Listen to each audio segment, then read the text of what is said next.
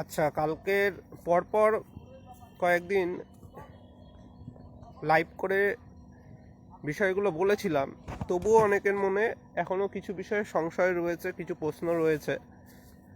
তাই তাদের উদ্দেশ্যে আবার পুরোটা শুধুমাত্র এই বিষয়ে বলার জন্যই আবার একবার লাইভে এলাম। দু একজন জয়েন হলে তারপরে আমি বলছি, তাহলে সবার বিষয়টা পরিষ্কার হয়ে যাবে। প্রথম থেকে শুরুটা শুনবেন, যারা পরে জয়েন হবে আবার শুনে নেবেন আগে থেকে, তাহলে আর কোনো আপনাদের আশা করি প্রশ্ন থাকবে না। মামলাগুলোর পুরো বিষয়টা জানতে একটু জয়েন হবেন। সবাই জয়েন হোক ততক্ষণ। এই হচ্ছে আমাদের গঙ্গার পাড়। সকালে এখানে আসি, এই জায়গায় শুয়ে ব্যায়াম করি। তো এটা গঙ্গার পাড় আমাদের। এই সামনে পুরো বাঁধানো রয়েছে, ওই পাশে ঘাট আছে, এই পাশে ঘাট আছে। ওই দূরে যেটা দেখতে পাচ্ছেন, একদম দূরে ওইখানে একটা ব্রিজ আছে, ওটাকে কল্যাণী ব্রিজ বলে, ঈশ্বরগুপ্ত সেতু, যেটা নতুন হচ্ছে এখন, ঠিক আছে। আর এইটা দেখতেন চড়া পড়ে গেছে, ও পাশটা হংসেশ্বরের মন্দির রয়েছে, চড়া পড়ে গেছে। আর এই দিকটায় ওই দূরে যেটা আবছা দেখা যাচ্ছে, ওইটা হচ্ছে কল্যাণী ব্রিজ। তো আমি এই জায়গাতে থাকি, এখান থেকে আমার 2 কিলোমিটার 2.5 কিলোমিটার ভিতরে বাড়ি। সকালে হাঁটতে আসি। যাই হোক, অনেকে কিছুজন জয়েন হয়ে গেছে। মামলার বিষয়গুলো বলবো। দেখুন, যারা বিএড দিয়ে 2022 টেট পাস করেছিল, স্লো কানেকশন দেখাচ্ছে, শোনা গেলে সাধারণত একটু ইনবক্স লেখো তো, মেসেজ বা হোয়াটসঅ্যাপ করো, যে শোনা যাচ্ছে বলে একটা মেসেজ করো, তাহলে বলছি। কমেন্ট দেখা যায় না সবসময়। হোয়াটসঅ্যাপে একটা ইনবক্স করো তো সাধনদা, শোনা গেলে।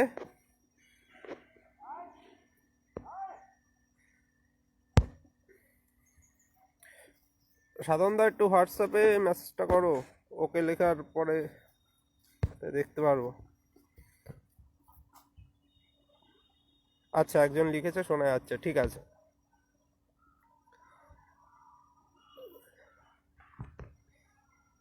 অক্ষয় আবার ফোন করছে এখন।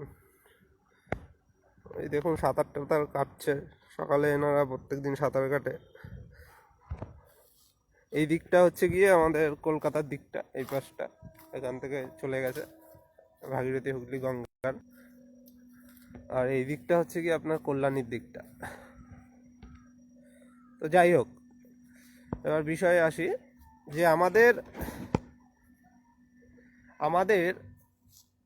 বসে বসে আমাদের 2022 টেটে তো বিএডরা বসেছিল, এবং আমরা প্রথম থেকে দাবি কি জানিয়েছিলাম পর্ষদে, যে যারা বিএড দিয়ে বসেছে তাদের সবাইকে বাদ দিতে হবে। যে বিএড চুজ করেছে তাদের সবাইকে পুরো বাদ দিতে হবে, এটা আমাদের দাবি ছিল। এই নিয়ে আমরা পর্ষদে বারবার দাবি জানিয়েছি, এবং তখন যারা বিএড দিয়ে পাশ করেছিল 22 টেট, তারা ভেবেছিল হয়তো পর্ষদ যদি আমাদের দাবিটা শোনে, তাহলে তো তাদের নিয়োগে অংশগ্রহণই করতে দেবে না, পোর্টালে আটকে দেবে। কারণ আমার দাবি ছিল, আমি যেটা দাবি করেছিলাম, যে পোর্টালে এই যে যারা হচ্ছে গিয়ে বিএড দিয়ে বসেছে, তাদের রোল নাম্বারগুলো ইনভ্যালিড করে দেওয়া হোক পোর্টালে, তাহলে তারা আবেদনই করতে পারবে না।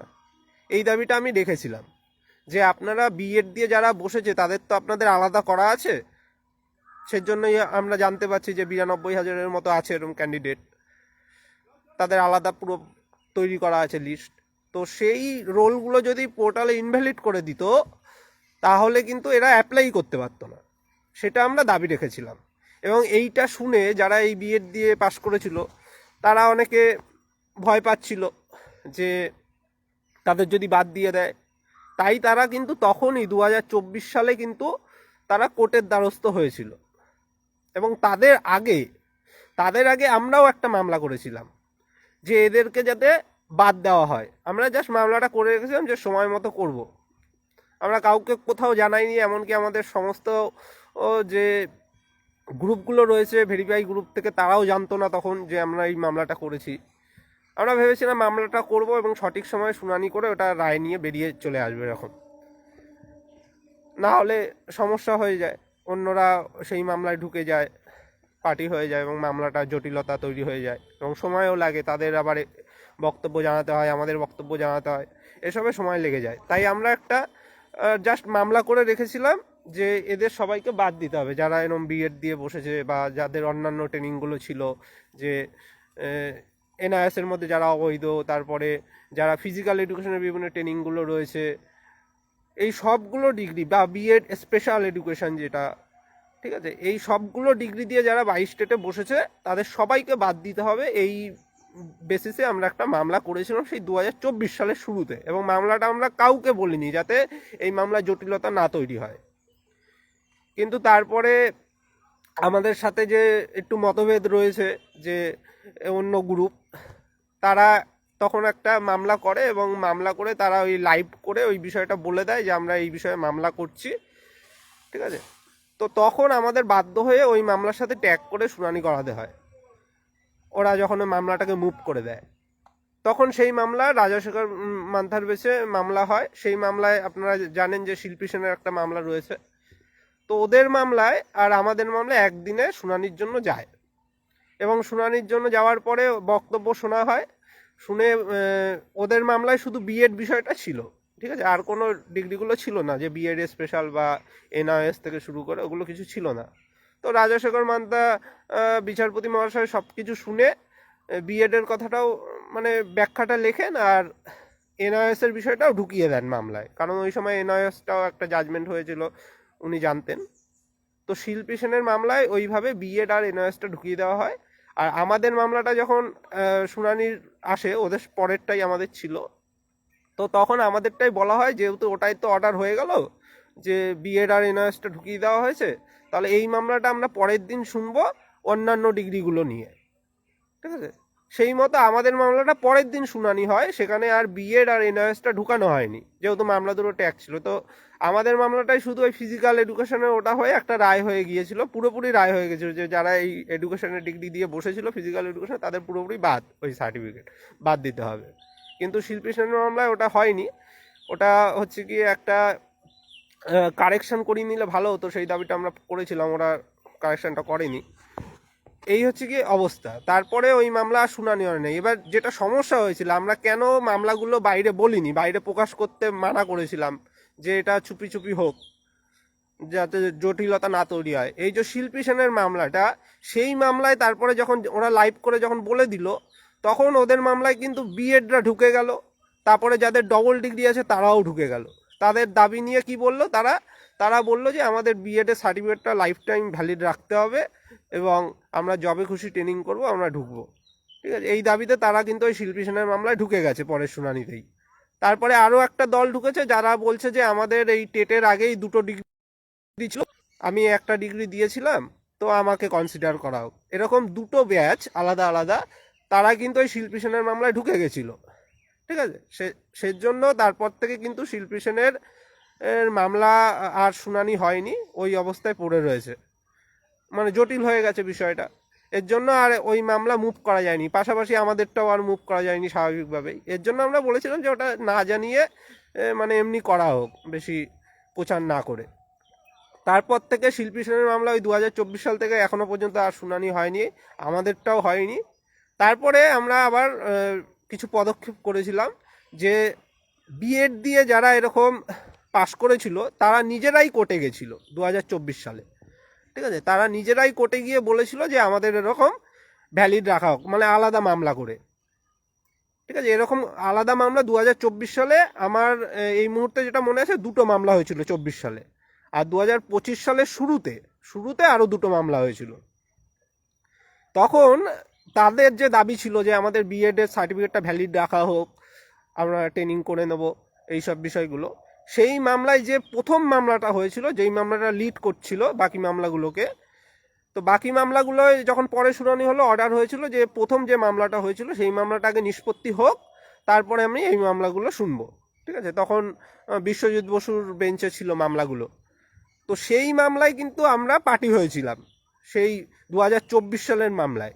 24 সালে যে মামলাটা বিএড দিয়ে পাশ করেছে টেট, তাদের যে মামলাটা মেন মামলা প্রধান, সেই মামলায় কিন্তু আমরা পার্টি হয়েছিলাম যে না, আমরা আমাদের বক্তব্য রাখবো যে এরকমভাবে চেঞ্জ করা যাবে না, যারা বিএড দিয়ে বসেছে তাদের বাদ দিতে হবে, আমরা আমাদের মতো দাবি রাখবো আর কি। সেজন্য আমরা কিন্তু সেই মামলায় ঢুকে বসে আছি, এবং এটা আমি আজ পর্যন্ত কোথাও বলিনি, এই আজকে প্রথম বললাম। কারণ এগুলো আইনি বিষয়গুলো তো ঢাকঢোল পিটিয়ে করার দরকার নেই, আমার জটিলতা তৈরি হবে। আজকের বলছি কারণ এটা এমনি এখন সামনে চলে এসছে এবং অনেকেই জানে এবং কিছুজন বিতর্ক করছে, তাই ক্লারিফিকেশন দিতে আজকে এলাম। তাহলে 2024 সালে যারা বিএড দিয়ে 22 স্টেট পাস করেছিল, তারা তাদের সার্টিফিকেটটা বাঁচানোর জন্য যখন কোর্টে গেছিল, সেই মামলায়, সেই প্রধান মামলাটাই কিন্তু আমরা ঢুকে আছি অনেক দিন আগে। ঠিক আছে, সেটা আমরা বাইরে কিছু বলিনি, এবং সে তার জন্য তারাও কিন্তু ওই মামলার মুভ করতে পারেনি, মুভও করেনি, আর রায়ও এখনো পর্যন্ত পায়নি। ঠিক আছে, তারাও ওরকমভাবে দমে গেছিল। এইবার এই নিয়োগের বিজ্ঞপ্তি আসার পরে আবার একই গ্রাউন্ডে ওদের তিনটে মামলা হয়েছে। ঠিক আছে, তিনটে মামলা হয়েছে। এবার সেই মামলায় আবার ঢোকা না ঢোকা একই ব্যাপার, কারণ একই মামলায়, একই বিষয়ের মামলায় আমি বারবার কেন ঢুকবো? ধরুন প্রশ্নভুল মামলা, ঠিক আছে, প্রশ্নভুল মামলা কতগুলো হয়েছে আপনারা জানেন, প্রায় 300-400। এবার প্রশ্নভুল মামলা 300-400টা যেটা যেই দিন শুনানি হবে, আমি কি প্রত্যেক মামলায় ঢুকবো ক্যান ফাইল করে করে, প্রত্যেকবার টাকা নষ্ট করব? এটা তো হয় না। যতজন একই বিষয়ে মামলা করবে, আমি কি সব মামলায় ঢুকতে থাকবো নাকি টাকা খরচা করে করে? দরকার নেই তো আমার। যেই মামলাটা একটু আলাদা স্বাদের হবে, আলাদা গ্রাউন্ডের হবে, তাতে ঢুকবো। একই বিষয়ের মামলা, তাতে আমরা বারবার কেন ঢুকে টাকা নষ্ট করব? আর আমাদের তো আলাদা মামলা রয়েছে, ফ্রেশ মামলা, সেই মামলা আমরা এখন মুভ করবো আস্তে আস্তে।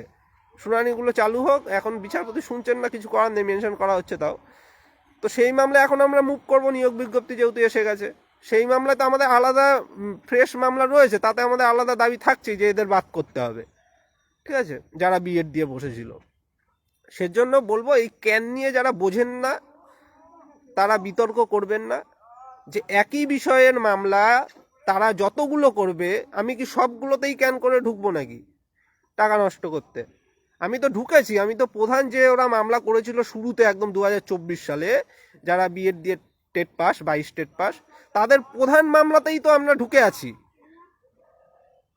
তো পরের মামলাগুলো এরকম হোক না, অসুবিধা কি আছে? এই একটা হয়েছে। আর একটা ভিন্ন স্বাদের যে মামলাটা হয়েছে, আগের দিন বলছিলাম যে 23 স্টেটরা যেটা করেছে, তাদের একটু গ্রাউন্ডটা আলাদা রয়েছে, তাদের মামলায় আমরা নতুন করে ঢুকেছি। আগের দিন যে কোর্টে গেলাম, কোর্টে গিয়ে তাদের মামলায় কিন্তু আমরা ক্যান করে ঢুকেছি। তাদের মামলা সোমবার যদি শুনানি হয়, ওখানে আমরা উকিল দিয়ে আমাদের বক্তব্য রাখবো এবং তাদের বিরোধিতা করব। তাহলে যেই মামলাগুলো একটু আলাদা, অন্য গ্রাউন্ড থাকছে, সেই মামলায় আমরা ঢুকবো। একই গ্রাউন্ডের মামলায় বারবার ক্যান করে ঢুকবো না, টাকা নষ্ট করার দরকার নেই। আর আমাদের আলাদা ফ্রেশ মামলা করা আছে এইসব বিষয়ে, সেই মামলা যখন শুনানি হবে তো সবগুলো একসাথে হয়ে যাবে। এই হচ্ছে গিয়ে পরিস্থিতি। এবার দেখুন, আমাদের সাথে বিএডদের তো কোনো ঝামেলা নেই ব্যক্তিগতভাবে। আমরা নিয়মটাকে, আমাদের যেটা ঠিক মনে হচ্ছে আমরা সেটা কোর্টের কাছে তুলে ধরবো। তাদের যে দাবি রয়েছে তারাও কোর্টের কাছে তুলে ধরবে। 2024 সাল থেকে চলছে বিষয়টা, তারপরে বিচারপতিরা যেটা রায় দেবে। ঠিক আছে, এইটা আইনি লড়াই, আইনিভাবে আমরা লড়ব। তাই যারা এই ক্যান ফাইল নিয়ে বুঝতে পারছেন না যে কেন এরা এই মামলাটাই ক্যান করছে না, ঠিক আছে, তাদের জন্য আজকে লাইভে এসে বিষয়টা বুঝিয়ে বললাম যে একই বিষয়ে তারা যদি যতগুলো মামলা করবে, আমরা সব মামলায় ক্যান করব না, কারণ আমাদের টাকা নষ্ট করার দরকার নেই। নতুন 3টে মামলা হয়েছে, আর আগের 4টে মামলা রয়েছে, টোটাল 7টা মামলা। ঠিক আছে, আগের মামলায় যেটা লিড মামলা, প্রধান মামলা ছিল তাদের মামলায় আমরা ঢুকে আছি। আর নতুন মামলা যে 3টে হয়েছে, তার মধ্যে যেটা একটু আলাদা, ঠিক আছে, আলাদা গ্রাউন্ডের, সেই মামলায় আমরাও ঢুকেছি। সেই মামলায় আমরা ক্যান করে ঢুকেছি। সোমবার শুনানি হলে আপনারা দেখতে পারবেন। ঠিক আছে, আর ফ্রেশ মামলা তো আমাদের করাই আছে, সেগুলোও শুনানি হবে। এটা হচ্ছে পুরোটা বিএড নিয়ে বললাম। আর বিএড নিয়ে যারা বিতর্ক করেন তারা ভাবুন তো, বিএড নিয়ে আমরা সুপ্রিম কোর্ট পর্যন্ত গিয়েছিলাম, ওই কয়েক লক্ষ টাকা খরচ করেছিলাম দুবার শুনানি করে, 7-8 লক্ষ টাকা আপনারা সহযোগিতা করেছিলেন বলেই সম্ভব হয়েছিল। তাহলে সেইখানে আমরা কি কিছু করিনি? আমরা কি চাই আমাদের প্রতিযোগিতা বাড়ুক? আমরা সুপ্রিম কোর্ট পর্যন্ত যার জন্য গেলাম যে কোনো রিস্ক নেওয়া হবে না। কারণ সুপ্রিম কোর্টে যদি গিয়ে বলতো যে আমার টেট সার্টিফিকেটটা ভ্যালিড রাখা হোক, আমি পরে ডিএলএড করে নেবো, আমাদের ক্ষেত্রে রায়টা প্রসপেক্টিভ হোক, যদি এটা সুপ্রিম কোর্ট বলে দিত তাহলে আমাদের আর কিচ্ছু করার থাকতো না। হাইকোর্টে তো কিছুই হবে না, সুপ্রিম কোর্ট যেটা বলবে সেটা অল ইন্ডিয়া হয়ে যেত। তখন আমরা কিন্তু সুপ্রিম কোর্ট গিয়েছিলাম, আমরা কিন্তু ফাঁকা মাঠে ছাড়িনি কাউকে। সুপ্রিম কোর্ট গিয়ে লড়াইটা দিয়েছিলাম যে এদের কোনো ছাড় দেওয়া যাবে না। ইন সার্ভিসদেরও ছাড় দেওয়ার বিরুদ্ধে আমরা ছিলাম, কিন্তু তাও ইন সার্ভিসদের ক্ষেত্রে মানবিক দিক থেকে ছাড়টা দিয়েছে, তবু যারা সাবজেক্ট টু আউটকাম ছিল তাদের ছাড় দেয়নি। তাহলে যেখানে আমরা লড়াইটা করছি এবং সুপ্রিম কোর্ট থেকে শুরু করে আগের বিভিন্ন মামলাগুলো, সেখানে যে আমাদের কোনো চিন্তা নেই এই বিষয়টা ভাববার কিছু নেই। আমরাও চাই না আমাদের প্রতিযোগিতা বাড়ুক, ঠিক আছে? শুধু আমরা এই জিনিসটা ঢাকঢোল পিটিয়ে লাইভ করে ভয়েস দিয়ে সব জায়গায় জানিয়ে করার তো দরকার নেই আমার। আমি এটা যত করব তত আমার জটিলতা তৈরি হবে। আজকের ভাবুন তো, আজকে 2024 সালে যখন আমরা এই মামলাটা করেছিলাম এদের বাদ দেওয়ার জন্য, সেই মামলাটা যদি আমরা লাইভ না করে, মানে এমনিভাবে কাউকে না জানিয়ে যদি আমরা শুনানি করিয়ে মুভ করিয়ে দিতে পারতাম, তাহলে আজকে কি এই দিনটা আমাদের দেখতে হতো? আমরা হয়তো সেখানে রায় পেয়ে যেতাম। সেই মামলাটায় যেটা তাড়াহুড়া করে মুভ করিয়ে লাইভ করে ভুল বার্তা দিয়ে ছড়িয়ে দেওয়া হলো, তখন বিএডরা সেই মামলায় ঢুকে গেল, তারপরে তো সেই মামলাগুলো দমে গেল। তখন যদি 2024 সালে লাইভ করে এই জিনিসগুলো না জানানো হতো, তাহলে তো বিএডরা সেই মামলায় ঢুকতো না, আর মামলাগুলো এইভাবে আমাদের দমে যেত না। এতদিনে আমরা একটা রায় পেয়ে যেতাম এবং পর্ষদ ওদের অ্যালাও করতো না। এবার পর্ষদের কথায় আসি। পর্ষদ যেটা আমাদের দাবি মানেনি, আমি নিয়োগ বিজ্ঞপ্তি দেওয়ার পোর্টাল চালু করার দিনই পোস্ট করেছিলাম যে পর্ষদ কিছু দাবি মানেনি আমাদের। সেই দাবির মধ্যে এটা হচ্ছে প্রধান দাবি, যে পর্ষদ কি করেছে, যারা বিএড দিয়ে পাশ করেছিল কিন্তু ডিএলএড আছে তাদের সবাইকে পর্ষদ সুযোগ দিচ্ছে তাদের পোর্টালে, ঠিক আছে?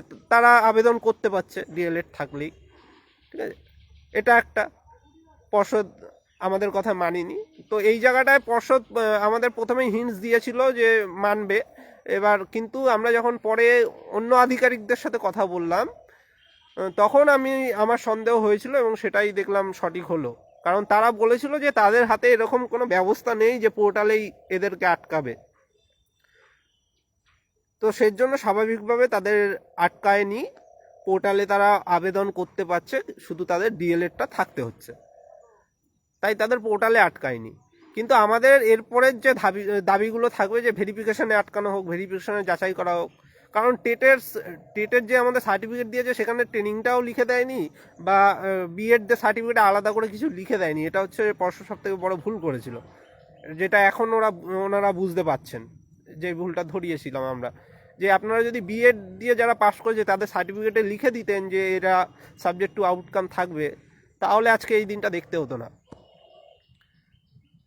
তো এই হচ্ছে পরিস্থিতি। পর্ষদ আমাদের দাবিগুলো মানেনি। তা এর পরের ধাপেগুলো আমাদের কোর্টের মাধ্যমে আইনি লড়াই ছিনিয়ে নিতে হবে, আর পর্ষদকে আমরা ভেরিফিকেশনে ওটা জোর দিতে বলবো, ঠিক আছে? এইটুখানি বললাম। এরপরে আশা করি কারোর কোনো প্রশ্ন থাকবে না এই ক্যান ফাইল নিয়ে বা বিএডদের বিষয় নিয়ে। আজকে আর অন্য বিষয়ে বলবো না, এই শুধুমাত্র এই বিতর্কটাই অনেকে বুঝতে পারছিল না বলে আমি লাইভে এসে বললাম। আর সহযোগিতা কিন্তু কেউ করছেন না। কালকে রাতে কোর্ট থেকে আসার পথে লাইভ করে বললাম যে সহযোগিতা করুন। আমরা যে জেনারেল ফান্ড একটা তুলবো বলেছিলাম অনেক দিন আগে, একটা মিটিং করে সিদ্ধান্ত হলো যে কোনো আইনি জটিলতা আসছে তখন দিনের দিন তো আমাদের মামলা করতে হবে, আমাদের ফান্ড প্রয়োজন, নাহলে আমরা মুভ করতে পারবো না। মামলাগুলো মুভ করলেও হয়তো ভালো উকিল দিতে পারবো না, কারণ তারা তো বড় বড় উকিল নামাচ্ছে, তারা সিনিয়র উকিল নামাচ্ছে, ঠিক আছে? সেখানে আমরা যদি সিনিয়র উকিল না দিই, আমরা যদি ভালো উকিল না দিই, কারণ দেখুন বক্তব্য খুব একটা বেশি না যে আমাদের বক্তব্য আমিও তো কোর্টে বলতে পারি, আমাদের যে পয়েন্টগুলো রয়েছে সেই পয়েন্টগুলো তো আমিও হু হু বলতে পারি। আমার কথাগুলোই উকিল জাস্ট বলছে, কিন্তু তাদের আমাকে খরচা দিতে হচ্ছে অনেক টাকা, লক্ষ লক্ষ টাকা। যুক্তি বক্তব্য সেগুলো কিন্তু আমরাও জানি, আমরা যেটুকুনি বলছি সেটুকুনি উকিলরাও, আমাদের উকিলরাও সেইটুকুনি হয়তো বলবে, এর এক্সট্রা কিছু বলে না। কিন্তু আমাদের টাকাটা খরচা করতে হচ্ছে, এইটা হচ্ছে গিয়ে কোর্টের কি বলবো সিস্টেম এখন।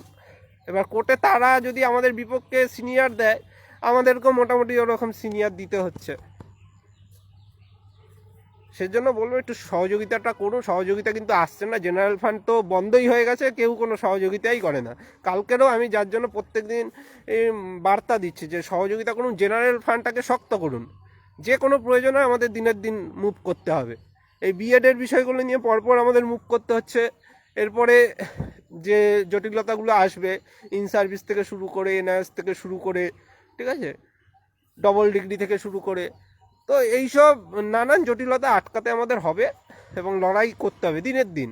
মানে আমার কালকেই এই যে ক্যান ফাইলটা করলাম, আগের দিন গিয়ে কোর্টে ফাইল করে এলাম, সোমবার আমার শুনানি। তাহলে আমার কাছে ফান্ড না থাকলে আমি কিভাবে শুনানি করাবো? আমার কাছে ফান্ড না থাকলে আমি কিভাবে মামলা ফাইল করাবো খরচা করে? এই জিনিসটা একটু বুঝতে শিখুন। এখন নিয়োগ বিজ্ঞপ্তি চলে এসছে, এখনও যদি না বোঝেন কিছু করার নেই। আর ম্যাক্সিমাম জন দেখি ইনবক্সে মেসেজ করেন, কেউ কোনো কেস গ্রুপেই নেই আজ পর্যন্ত, মানে কোনো কেসেই সাহায্য করেননি। অনেকে মেসেজ করেন দেখি মাত্র একটা গ্রুপে রয়েছে, সেই আদিকালের পঞ্চম শ্রেণীর মামলায় হয়তো 150-200 টাকা দিয়েছিলেন, আর কোনো সাহায্য করেননি এতদিনে।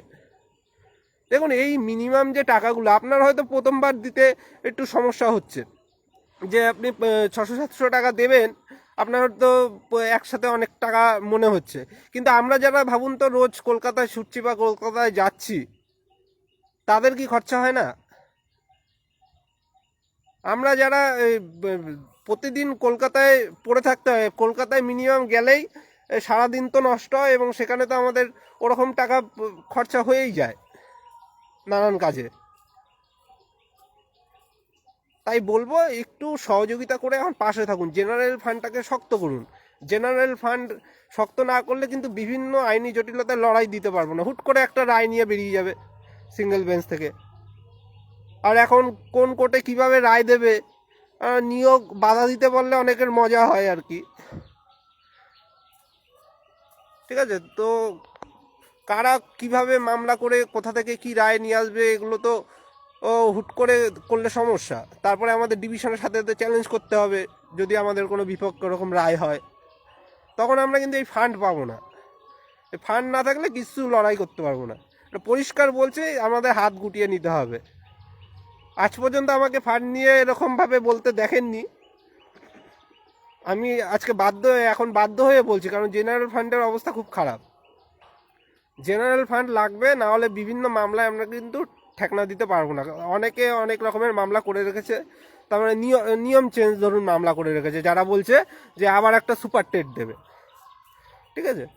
এই বিষয়ে ধরুন যারা মামলা করে রেখেছে, এরকম নানা ফালতু কেস যারা করে রেখেছে, তো সেই সব কেসে কখন দেখা গেল হুট করে একটা কোথা দিয়ে রায় বেরিয়ে গেল, তখন আপনি কি করবেন? আপনি এরকম 1 মাস ধরে লাইভ করে সাহায্য চেয়েছে, তারপরে ফান্ডিং জোগাড় করে তারপরে মুভ করবেন কোর্টে? সেটা তো নয়। আপনাকে দিনের দিন করতে হবে, আর দিনের দিন করলে আমার ফান্ড কোথায়? সেই জন্য বলছি জেনারেল ফান্ডটাকে একটু শক্ত করুন। যারা যারা নিয়োগে অংশগ্রহণ করছেন সবাই মিনিমাম সাহায্যটুকু করুন। এর আগে 17রা যেভাবে লড়াই করেছে, তারা 3 থেকে 4 হাজার টাকা পার মাথা পিছু দিয়ে গ্রুপে অ্যাড হয়েছিল, এককালীন দিয়ে। আর আমরা তো 500-600 টাকা চাচ্ছি, 1000 টাকা চাচ্ছি। একবার অন্তত দিয়ে রাখুন। এরকম খরচা আমরা যারা কলকাতায় যাই 2-3 বার গেলেই আমাদের খরচা হয়ে যায়, সারাদিনের থাকা খাওয়া ইত্যাদিতে। জেনারেল ফান্ডটাকে শক্ত করুন। আর যারা লোকোমোটর নিয়ে লিখছেন তাদের উদ্দেশ্যে একটু অল্প করে বলছি। আমার আগের দিন একটা বিষয় খারাপ লাগলো। দেখুন লোকোমোটর নিয়ে বিষয়টা আমার মাথায় এইভাবে ছিল না যে এসটি ওবিসি জেনারেলরা মানে বঞ্চিত হবে, এই জিনিসটা আমার মাথায় আগে খেয়াল করিনি আমি। কিন্তু রোস্টারটা যে 2019 সালে হয়েছিল সেটুকুনি আমি জানতাম। কিন্তু এরা যে এইভাবে বঞ্চিত হয়ে যাবে এটা আমি বুঝতে পারিনি। এবার আমি যেদিন বুঝতে পারলাম, আমার ফেসবুকে কমেন্ট করেছিল যেদিন, আমি সেদিন বুঝতে পারলাম বিষয়টা, সেদিনই কিন্তু আমি ফেসবুকে লিখেও পোস্ট করেছিলাম যে এদের নিয়ে তো সরকার একটা ফালতু নিয়ম করেছে, সরকারের নীতিগত ভুল পোস্ট করলাম। তারপরে তারা মিটিংয়ে জয়েন হতে বললো, তাদের একটা গ্রুপের মিটিংয়ে, আমি জানি না তারা কারা, তো তাদের গ্রুপের মিটিংয়ে তাদের মধ্যে আমাদের কিছু পরিচিত রয়েছে, আমি সবাইকে তো চিনি না। তো আমাকে পৃথ্বীরাজ ফোন করেছিল, তারপরে শহরজান দিদি ফোন করেছিল। তো তারা বলেছিল একটা মিটিংয়ে জয়েন হতে, তাদের মিটিংয়ে জয়েন হয়ে আমি 1 ঘন্টার মতো আমার বক্তব্যগুলো রাখলাম সেই দিন। আমি সেই দিনই প্রথম জেনেছিলাম বিষয়টা, এদের সমস্যার কথাটা জেনে তারপরে বললাম যে পদক্ষেপ করতে হবে। আমি যারা যারা আমাকে এরকম ইনবক্স করেছিল আমি তাদের এরকম বললাম যে এই করতে হবে, নাহলে কিন্তু আপনাদের সমস্যা হবে। প্রথমত রোস্টার চেঞ্জ করে, মানে তারা বিভ্রান্ত ছিল এবং তাদের দাবিগুলো ও ঠিকভাবে তারা পেশ করতে পারছিল। অনেকে যেরকম দাবি রাখছিল যে আগের নিয়মেই করতে হবে, মানে 3% দিয়েই করতে হবে যাতে সবাই সুযোগ পাবে। আবার অনেকে দাবি করছিল 4% দিয়ে করতে হবে, যেখানে আলাদা আলাদা ভাগ থাকবে না, সবাই সুবিধা পাবে। ঠিক আছে, এই যে ভুল দাবিগুলো করছিল বলে তারা হয়তো সুরাহা পায়নি। আমি তখন বুঝিয়ে বললাম যেটা আইনে রয়েছে যে আপনাদের 4%ই দিতে হবে এবং 4টে ক্যাটাগরিতেই দিতে হবে ভাগ ভাগ করে। শুধু ওরা যেটা ভুল করেছে যে এসসির মধ্যে ঢুকিয়ে দিয়েছে পিডাব্লিউডিটাকে, সেজন্য শুধু এসসিরা সুবিধা পাচ্ছে আর বাকিরা পাচ্ছে না লোকোমোটরের মধ্যে। ওটা ওরা ভুল করেছে, ওটা হওয়া উচিত ছিল আনরিজার্ভ থেকে, ইউআর থেকে ওটা করা উচিত ছিল। এবং সেই ইউআর কোথায়, 75 থেকে 100তম যে রোস্টার রয়েছে সেই রোস্টারের মাঝে যে কোনো একটা ইউআর থেকে ওই পিডাব্লিউডি করা উচিত ছিল। এবং এই আমার কথা আমি যেটা যুক্তি দিলাম সেটা পরে দেখলাম শুনানি, ওরা বললো যে শুনানি হয়েছে এরকম একটা কেসে। সেই শুনানিতে আমাদের রাজ্যের যে অ্যাডভোকেট জেনারেল, রাজ্যের যিনি এই অ্যাডভোকেট জেনারেল, তিনিও দেখলাম সেম কথাই বললো আমি যেটা বললাম, যে 75 থেকে 100-র মধ্যে যে ইউআরগুলো রয়েছে পয়েন্টে, সেই আনরিজার্ভ পোস্টে ওই পিডাব্লিউডিটা রাখা উচিত ছিল।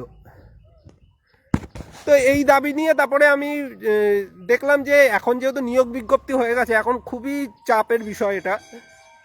আর রোস্টারটা যতক্ষণ না চেঞ্জ না হচ্ছে ততক্ষণ পর্ষদ কিছু করতে পারবে না।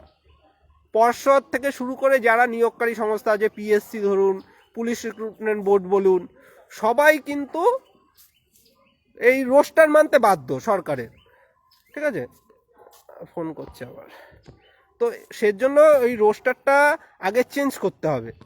রোস্টারটা চেঞ্জ করার জন্য কিছু প্রার্থী একটা মামলা করেছে কোর্টে, 2বার শুনানি হয়েছে, এই আগের দিনও শুনানি হলো, কিন্তু তেমন কিছু হয়নি শুনানিতে।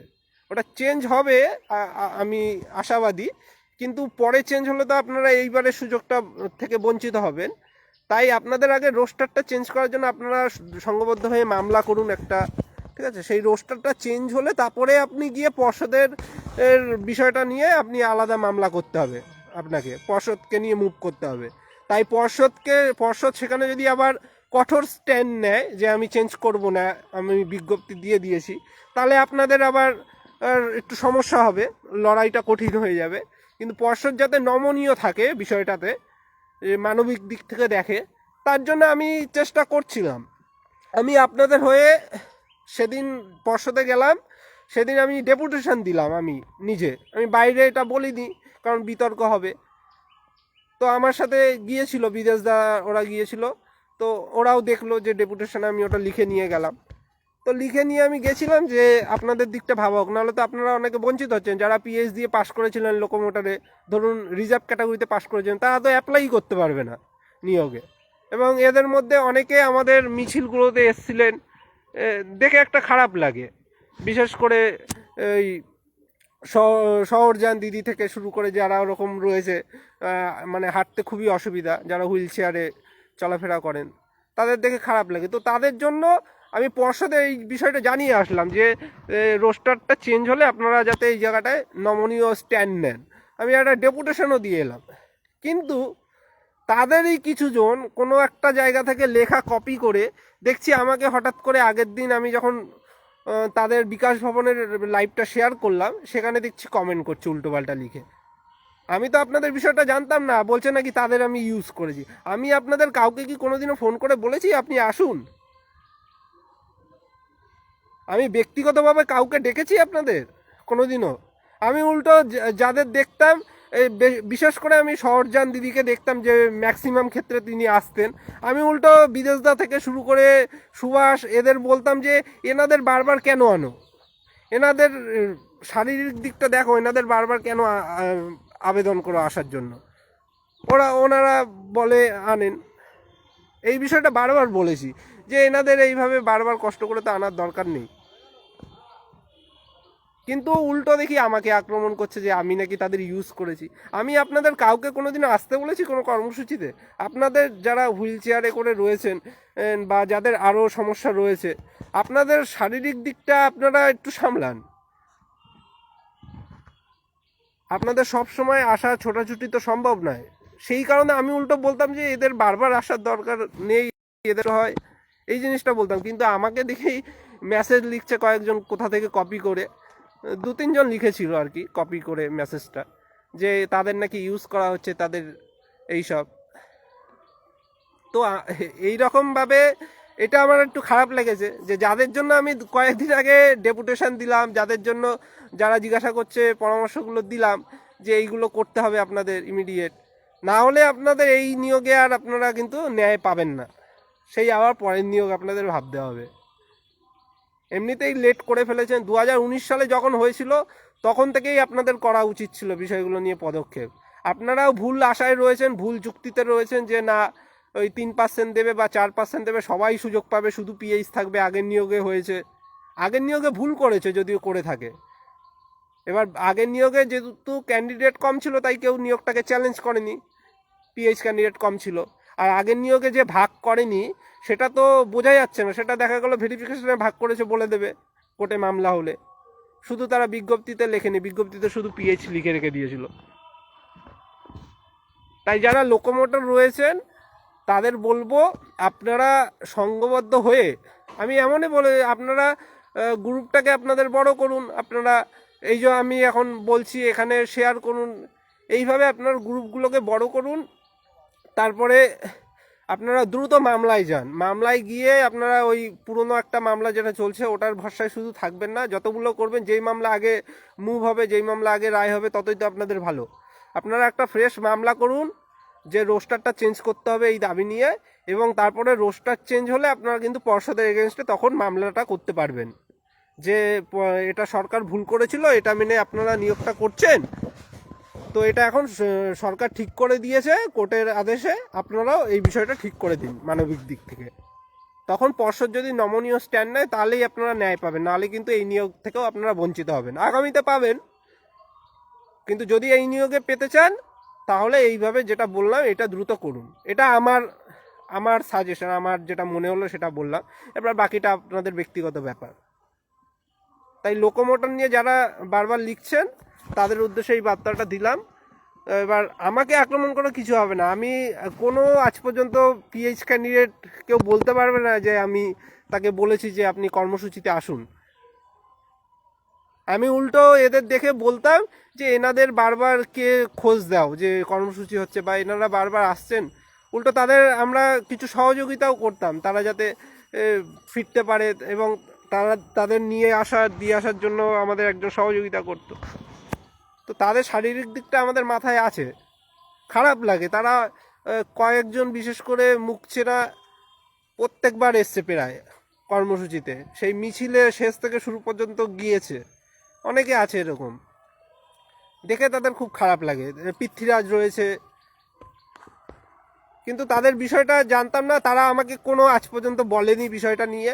তারা বলছে সুভাষদাকে বলেছিল, এবং সুভাষদা প্রথমত এসছি, আর সুভাষদা প্রথমত এই বিষয়ে ওর আইনি বিষয়ে ওর অতটা ধারণা নেই, ও ভেবেছে আগের মতো হবে, ঠিক আছে, কারণ ও লাস্ট একদিন পর্ষদে গিয়েছিল, সেখানেও দেখলাম ওই একই ভুল বক্তব্য দিচ্ছে যে আগের নিয়মে হবে। তো সুভাষদাও জানতো ওই আগের নিয়োগে যেরকম হয়েছে অনলি পিএইচ দিয়ে ওরকমভাবে হবে, ও জানতো না।